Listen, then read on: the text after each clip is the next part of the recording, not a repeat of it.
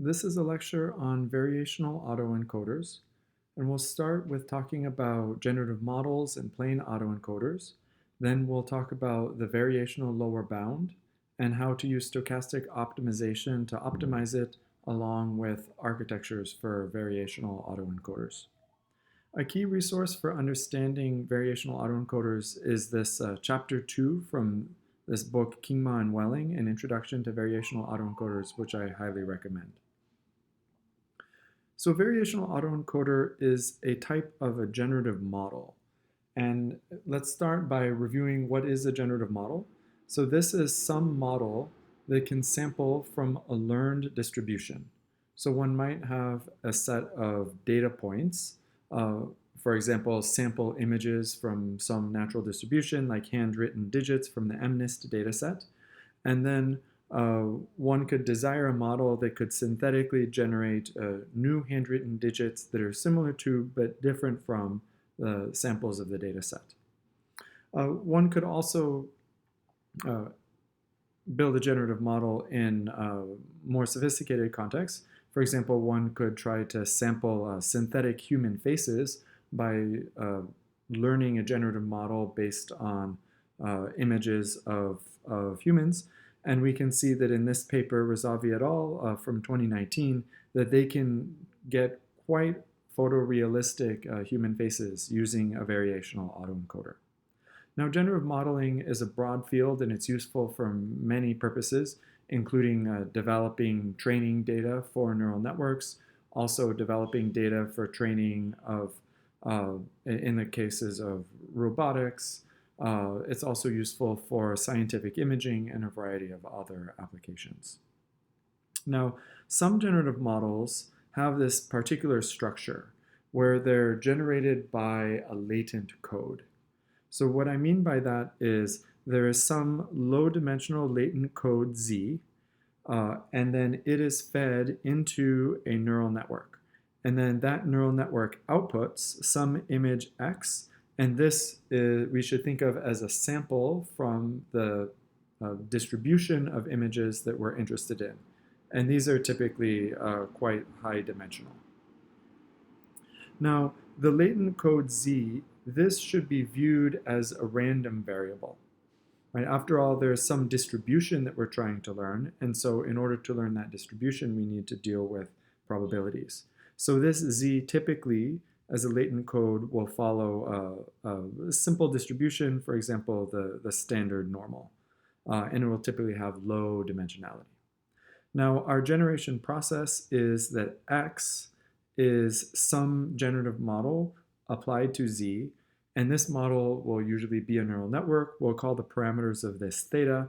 So G of theta, once trained, is deterministic and fixed. Then given this fixed model, one can put in a random Z to get in a random sample from the distribution. So here Z is random, and X, as a consequence, is random because it depends on Z. All right, before we talk about variational autoencoders, let's talk about plain autoencoders. Okay. So here, an autoencoder is a neural network that attempts to reconstruct signals or images by learning mappings from images to codes and then back to images again. Right, so what we want when training an autoencoder is to learn some encoder network, which we'll call E, which might depend on parameters we'll call phi, and then a decoder network, which will have parameters theta. It will take the output of E and then return some quantity x prime. Right, the goal here is that x prime should be very close to x. So in that sense, it sort of encodes like the identity transformation for the data set of interest. And here, so this variable h that's drawn in the figure, right, this is the code from which, that represents the image x. So the process of encoding is taking x and coming up with the code, and the process of decoding is taking the code and coming up with an estimate for x, here written as x prime. Now, how would we train such a network? Well, we would choose a particular architecture. and then we would fit its parameters in order to minimize something like a L2 reconstruction error. So in this case, for example, we could minimize over theta and phi, the parameters of the decoder and encoder networks, of the reconstruction of an image xi relative to xi itself. And we can put a squared L2 loss on this. And so here, a set of xi is a data set. Maybe we have n images, and we want to penalize the sum of the square of the L2 errors of each of these images under our networks. And our goal is to find the parameters of those networks that minimizes that error. Now, we could see that a plain autoencoder is not a generative model. And the reason for this is that it doesn't define a distribution for the data. So let's remember that a generative model is a model which can sample from a data distribution or an approximation of a data distribution. Here, in the case of a plain autoencoder, we have just fit a neural network to represent images within that distribution. That doesn't mean we can have a principled probabilistic way of generating new images from the same distribution. So if we want to train a generative model, there's a very natural idea for how to do that, and that is to optimize likelihood. And we also want our generative models to have some ideally efficient and concise representations of natural signals. So we might try to train a generative model with low latent dimensions by doing likelihood optimization. So what that means is, given some data set of xi's from I equals 1 to n, this data is assumed to be independent samples from the same distribution, which is unknown.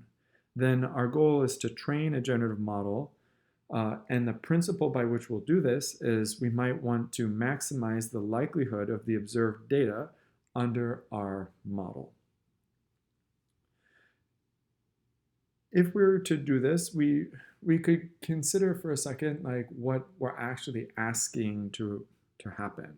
Right? Our generative model G theta, it could be viewed as a mapping from low dimensional space RK to RD in many situations. And this maps some low dimensional latent code Z to some high dimensional image X. So we could plot the range of G, and in image space, then it might look like this surface here. And because K is less than D, this is a low dimensional manifold within the D dimensional space.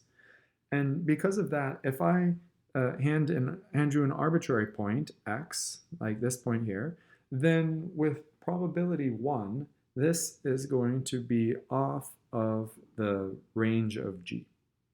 And so what that means is that the likelihood assigned to this X is going to be 0 almost everywhere in space.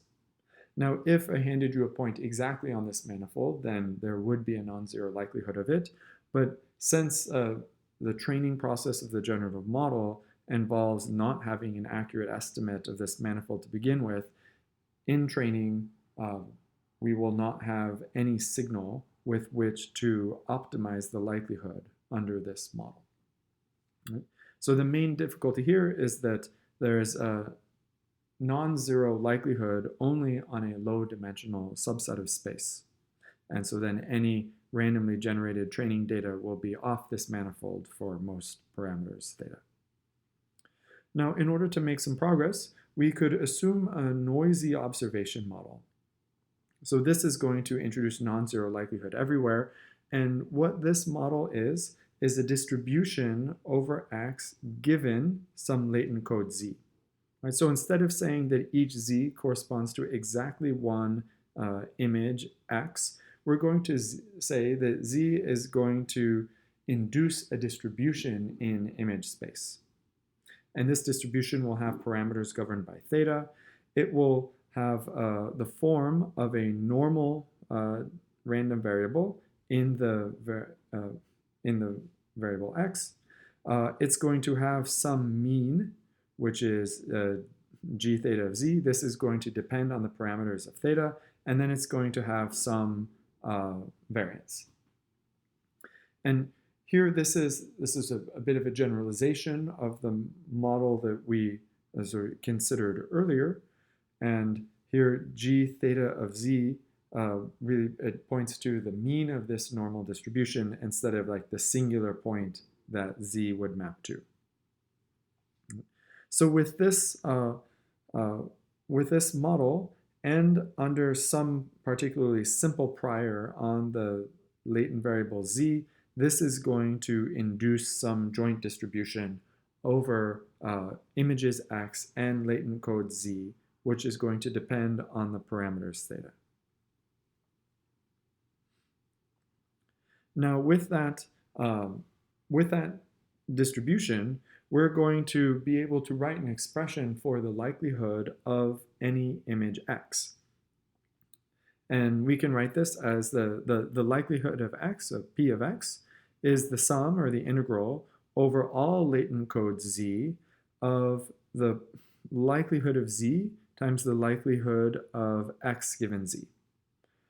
Now, ideally, we would be able to optimize this quantity p of x over our parameters theta, but that is intractable to evaluate, particularly at each iteration of some gradient-based optimization procedure. So instead of optimizing this quantity directly, what the idea of a variational autoencoder is to optimize a lower bound for this quantity instead. And that is going to be called a variational lower bound. So here is the setup for a variational autoencoder. So let's first start by considering the data generation model. So we're going to assume that data is generated by some prior. So there's some latent variable z, which follows some simple distribution p of z. Now, p of z could be fixed, for example, as a standard Gaussian, or it could depend on parameters that could be estimated. In this case, I'll write it as p of z, though in the figure p could even depend on theta. The data we're assuming is generated by this latent code z, which follows this simple distribution, this simple prior distribution. Now, we're assuming the model that x has some distribution given z. And so there's going to be some relationship that x follows this distribution p theta of x given z, which depends on parameters theta. Now, as we can see in this figure, right, this p theta, that's given z, that's going to give us a distribution over images x. And those images x are in a high dimensional space. This process is something which we could call image synthesis using the decoder of our autoencoder. Now there's the corresponding process, which is the opposite, which is given x, how do you find z?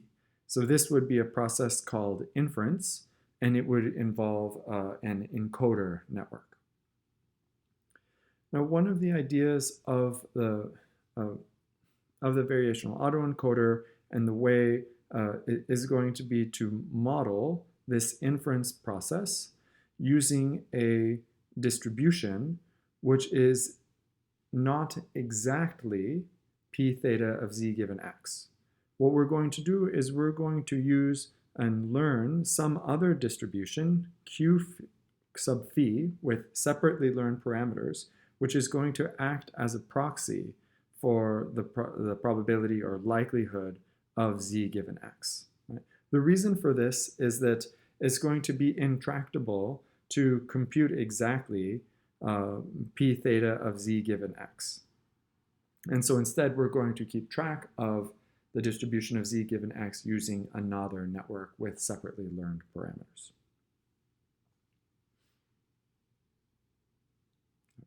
So what we want to do is find a lower bound to the likelihood of x under parameters theta. So specifically, we'll study the log likelihood. And we can see that the log of p theta of x Well, this is a quantity that doesn't depend on z, and so we could take an expectation over z. So we could consider any z following the distribution q phi, and we'll remember q phi is an estimate of the of really p theta of z given x. Right? So we're taking log of p theta of x is the expectation over z of log of p theta of x because there's no z dependence here. Right? Now we could rewrite p theta of x using the definition of conditional probability as p theta of x comma z, the joint density, divided by p theta of z given x, the conditional density of z given x. And so we can write this is exact, and then now we can expand, or we can rewrite this log by multiplying and dividing by q phi of z given x. Then we can expand the log of this product into two separate terms. And what we see is this first term is the expectation over z of the log of p theta of xz over q phi of z given x. So then the second term is the expectation over z of log of q phi over p theta of z given x. Now we're going to interpret both of these terms, right? The first term, we'll call this L of theta phi, and this is the variational lower bound, or sometimes called the evidence lower bound, or elbow. This second term, we're going to write as the KL divergence between the distribution, or the density q phi of z given x with p theta of z given x. So for the sake of completeness, let's define the KL divergence. So if you hand me two distributions, q and phi, then the KL divergence of q and p is going to be the expectation for z following the distribution q of log q of z over p of z. And there are a couple of things to note about the KL divergence. First, it's not symmetric, which is to say that the KL divergence of q and p is not equal to the KL divergence of p and q. Nonetheless, the KL divergence is a measure of how far p is from q. And one way of thinking of that is that the KL divergence of any two distributions, q and p, is greater than or equal to 0, and it is equal to 0 if and only if p and q are equal as distributions. So going up to our expression of the log probability before, what we see is that the log probability of x is equal to this variational lower bound plus the KL divergence of q phi with p theta. So since we know the KL divergence is always non-negative, then this means that the variational lower bound is indeed a lower bound to the log likelihood. Right, so we conclude the likelihood is, rather specifically the log likelihood, is greater than or equal to this expression, which is the variational lower bound. Now, one of the ideas of the variational autoencoder is instead of trying to optimize the log likelihood directly, we'll try to optimize this variational lower bound for it.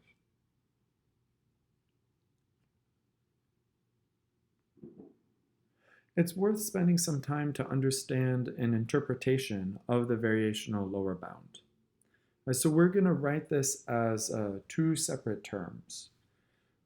Here we have our expression for the variational lower bound as the expectation over z following the distribution q phi of z given x, and it's the expectation of the log of p theta of xz over q phi of z given x. Now what we can do is we can rewrite this p theta of x comma z using conditional densities as p theta of x given z times p theta of z, but in many cases P of z doesn't actually depend on theta, and so we'll just write this P of z.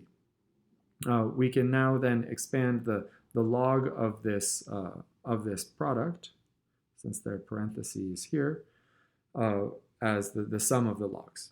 So this turns the variational lower bound into two terms which both have a clear interpretation. So this first term we'll call the reconstruction error, and the second term we'll call regularization. And what I want to do now is interpret why we would call each of these terms those names. Okay, so the first term is the reconstruction error. Let's understand what would this expectation be. So we're studying the log of the likelihood under parameters theta of x given z. So we'll remember that we chose this noisy inference model. So p theta of x given z, this was a normal distribution centered at g theta of z with variance eta in all directions. So what this means, if we look up the density of the normal, is that log of p theta of x given z goes like the L2 norm of x minus g theta of z squared plus some other terms that are constant. What this means is that this first term of the variational lower bound, it is the expectation over z of this log probability. So it's the expectation of the L2 reconstruction error under the encoder model.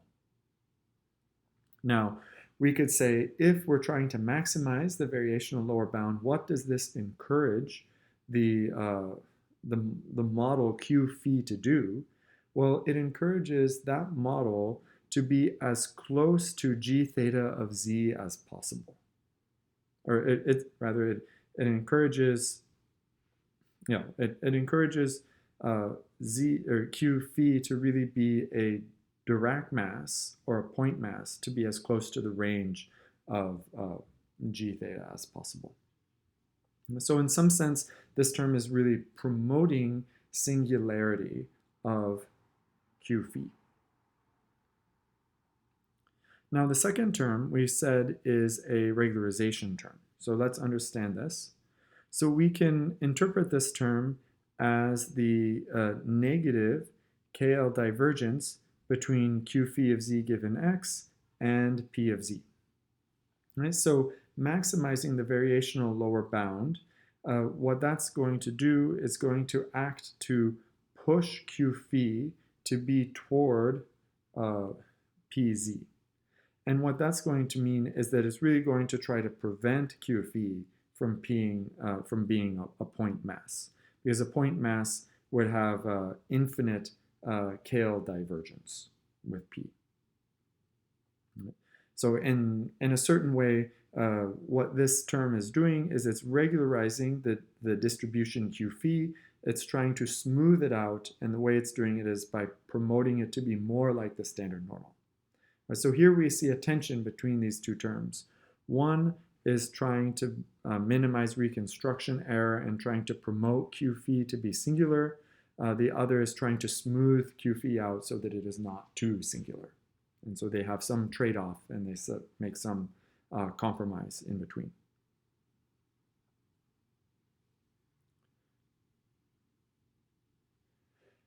So we want to maximize the variational lower bound, this term L of theta phi. And if we're able to do this, this has two implications. So if we can maximize the lower bound, then in a rough sense, this is trying to maximize the true likelihood P theta. And if we can do that, then what it's also doing is minimizing the KL divergence of Q phi of z given x and P theta of z given x. And so if that's done, then that means that we're making this distribution, this estimate Q phi, even better, which will improve performance. Right? So there's these two effects of maximizing the variational lower bound. All right, so this leads us to the main idea of the likelihood-based training under a variational autoencoder, which is to say, like, instead of optimizing the sum of the log likelihoods of all of the data points xi, we're going to instead optimize the sum of the variational lower bounds evaluated at xi, where here is the expression for this variational lower bound. So we arrive at the question, how do we actually do this optimization? Okay, so we might want to, well, what we want to do is to maximize over theta and phi of the sum of I equals 1 to n of this variational lower bound of xi, which depends on theta and phi. Now, in principle, well, what we see is that each of these, this lower bound, depends on this model, this inference model, Q phi. And in principle, there's nothing necessarily that ties together the Q phis from each separate data point. They could, in principle, be entirely separate probability distributions. And so in general, we would begin with the following sort of approach. We would say for each xi, we want to find the best Q phi. And we could do that by taking multiple gradient steps in the direction of in the phi space, and we would do this by doing it in the direction of the gradient of the variational lower bound with respect to phi. So then once we get a good estimate for Q phi, we would then be able to compute a reasonable gradient ascent direction in theta space. So again, this strategy makes sense because in principle, each of the separate xi's could yield a different inference distribution, Q phi, and so we would need to learn each of these distributions for each of the data sets. And this is very expensive, right? So this means that every data point xi that we're trying to add to our data set or process, then we need to do this multi-step optimization algorithm to estimate phi in order to then update theta. And so this is expensive, and it would be nice to do something that is cheaper. So instead, what is going to happen is we're going to use a amortization trick. So we're going to amortize the inference costs by learning an inference neural network. Now this neural network is going to presume a Gaussian model for Q phi. Right? So first off, we're going to assume that Q phi of z given x is a normal random variable, in this case in z, with some mean and some covariance. And that mean and covariance is going to depend on x via a neural network. Now that covariance could be learned entirely as a matrix, or it could be learned as just a single scalar parameter sigma of x times the identity, assuming equal covariances in all directions. So we'll proceed assuming just the simpler form, but you can generalize this to more flexible inference models. Okay? So here we're assuming an inference model which is a standard normal with a learned mean and standard deviation or covariance. And this learned mean and learned variance is going to be represented by a neural network.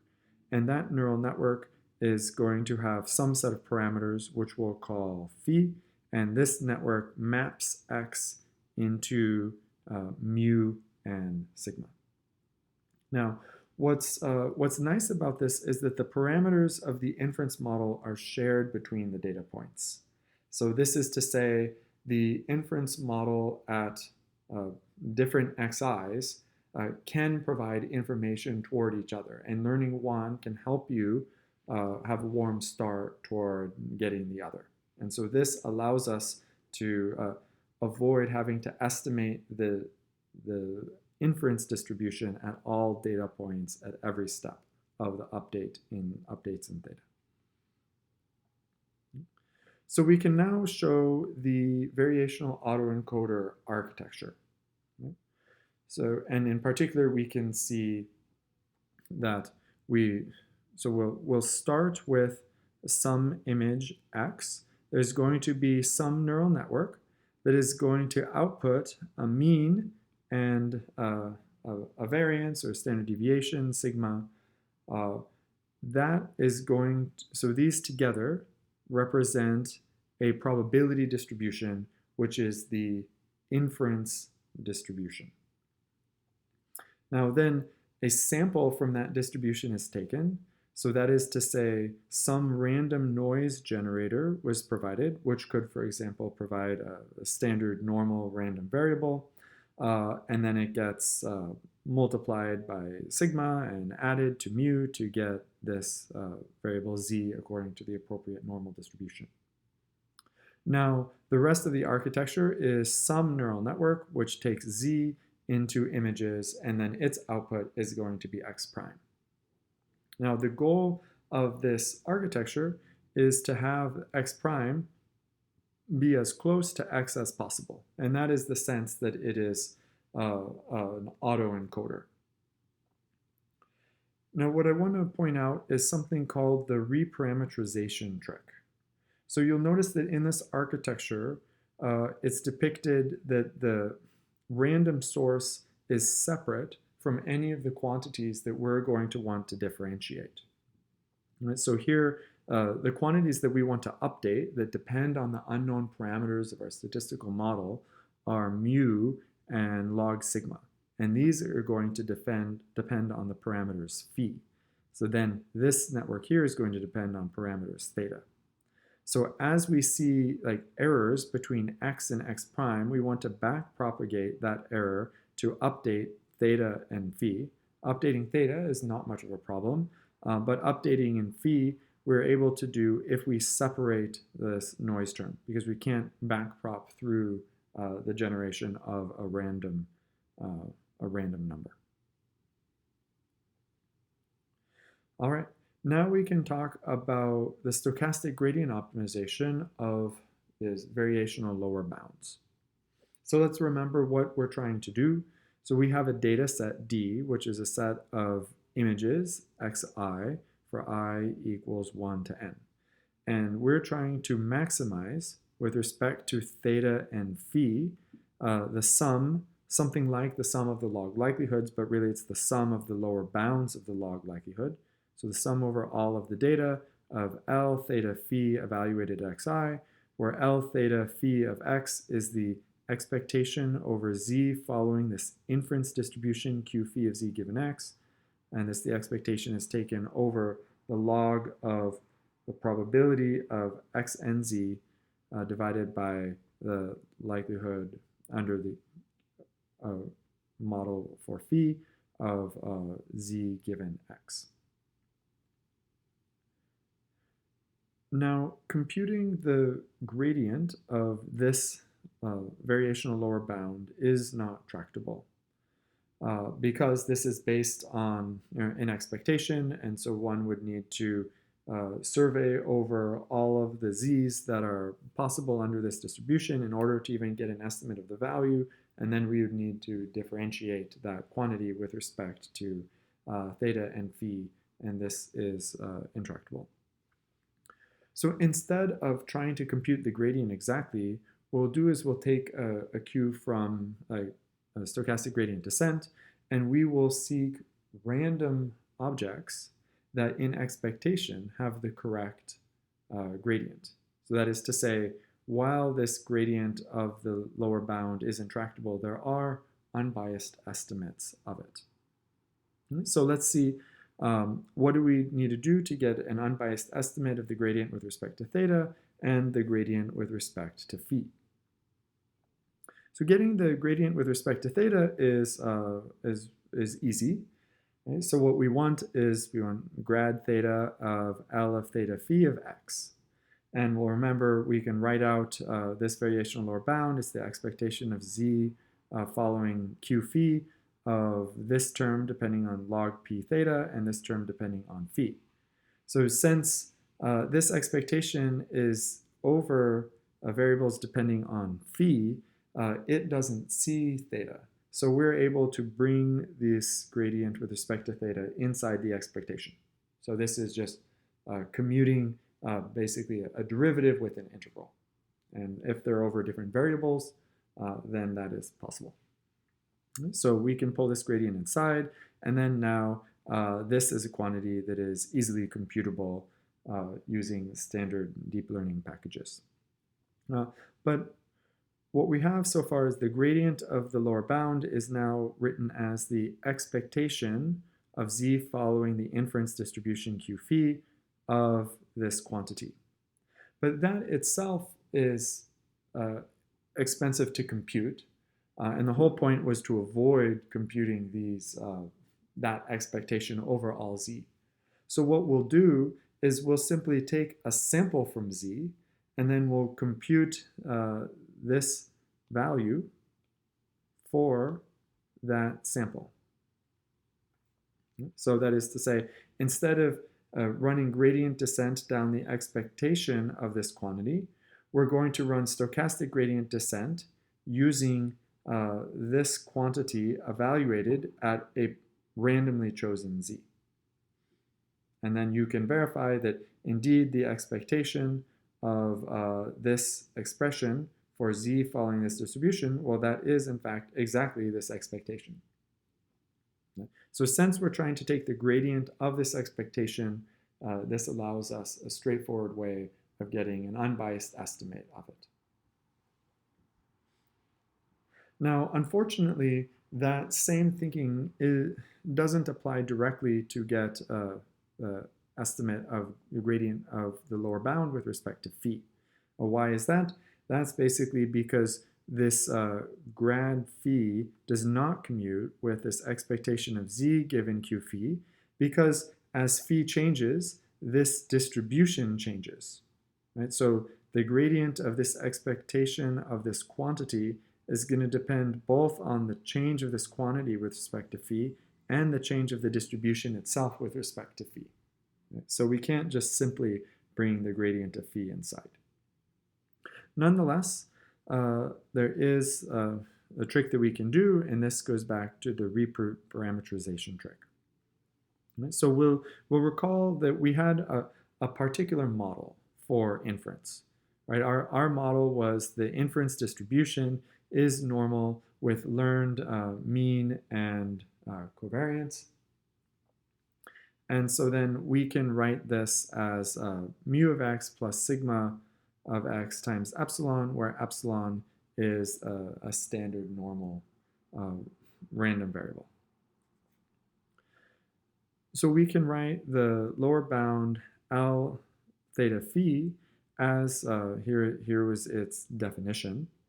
And instead of writing it as z following from this distribution, we want to separate out the random quantities, the random source, from the quantities we want to differentiate against, which is phi.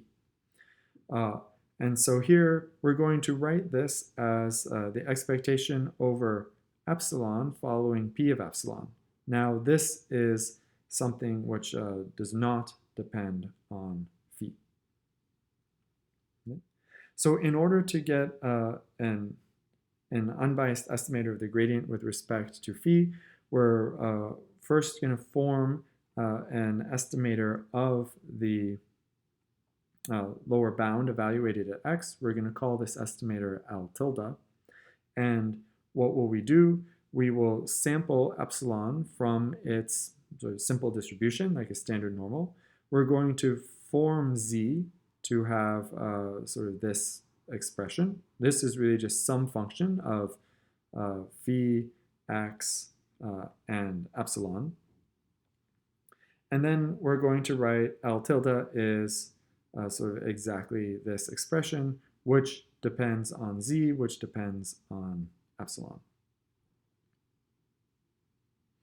Right, so this L tilde, it can be written down after we've had a choice of a particular epsilon. Now, how do we get our unbiased estimate for the gradient with respect to phi of the lower bound? Well, this will be the gradient with respect to phi of the estimate L tilde. And we can do a quick a quick computation. Here we note that if we take the expectation of the lower bound with respect to epsilon, then we will get the true lower bound. So the expectation of our estimator with respect to epsilon is indeed the true lower bound. And so then we use the same trick as before. So verify that the expectation of over epsilon of grad phi of L tilde, well, this is grad phi of the expectation of L tilde. This is because this expectation does not depend on phi, and so these two items can commute. And so then, and we know that the expectation of L tilde is indeed L. Right? So this allows us to optimize a variational autoencoder, the parameters of it, with stochastic gradients. Now, so what I've showed you is a particular simple model for a variational autoencoder, and it's possible to extend these models to be more sophisticated. And it's important to do so because variational autoencoders with relatively simple inference models tend to be relatively blurry. And so more flexible inference models are needed in order to remove the blurriness problem. So the key points of this lecture were as follows. Right, with variational autoencoders, they optimize the lower bound for data likelihood because of the intractable calculation of exact data likelihood. So then that lower bound, called the elbow or the variational lower bound, it has two terms, one for reconstruction error and one for regularization. Right, the reconstruction error term is very similar to a plain autoencoder. In this case, what it does is it tries to promote the inference model to be like a Dirac delta distribution. Now, the other term is a regularization term that tries to prevent the inference model from being a Dirac distribution, and that tries to flatten that distribution and spread it out to be like the prior distribution. Another key point is that the variational autoencoder, it maintains an inference model for z given x in place of the intractable true distribution of z given x under parameters theta. Right? So instead of trying to compute the probability of z given x for parameters theta, it maintains a separate model with separate parameters, which we've called phi. Now, another thing that makes this possible is the reparameterization trick. This separates the source of the randomness from any quantities that we need to do differentiation on, such as the mean and variance. And then finally, variational encoders have shown remarkable progress over the last few years, and they have been trained to produce photorealistic outputs like even of human faces. And so at the beginning of the lecture, we saw several examples of outputs for such a VAE.